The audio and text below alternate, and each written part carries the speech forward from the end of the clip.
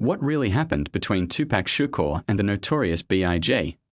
For years, their names have been linked not just for their incredible talent, but for one of the most infamous rivalries in music history.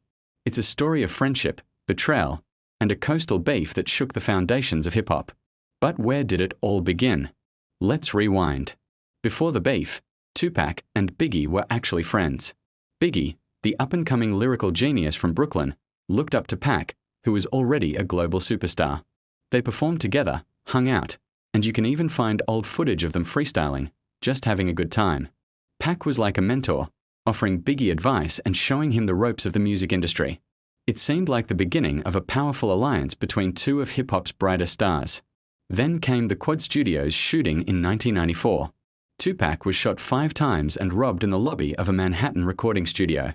Here's the twist: Biggie and his crew, including Puff Daddy, were upstairs in the same building at the same time.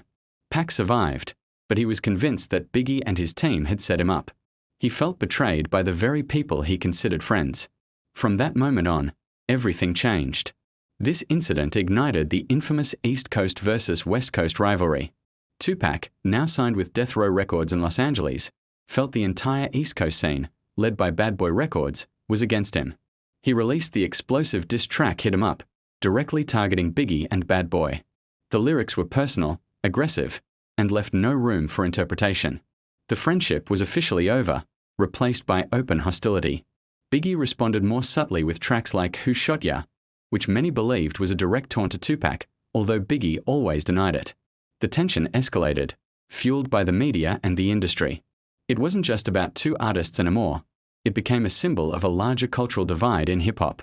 Tragically, we all know how this story ends. Tupac was fatally shot in Las Vegas in 1996, and just 6 months later, Biggie was killed in Los Angeles. Their deaths left a permanent scar on the music world, and to this day, their murders remain officially unsolved. Their story is a cautionary tale about how misunderstandings and pride can spiral out of control. Two incredible talents, once friends, were pulled into a conflict that ultimately cost them their lives. But their music, their legacy, and the questions surrounding their rivalry live on.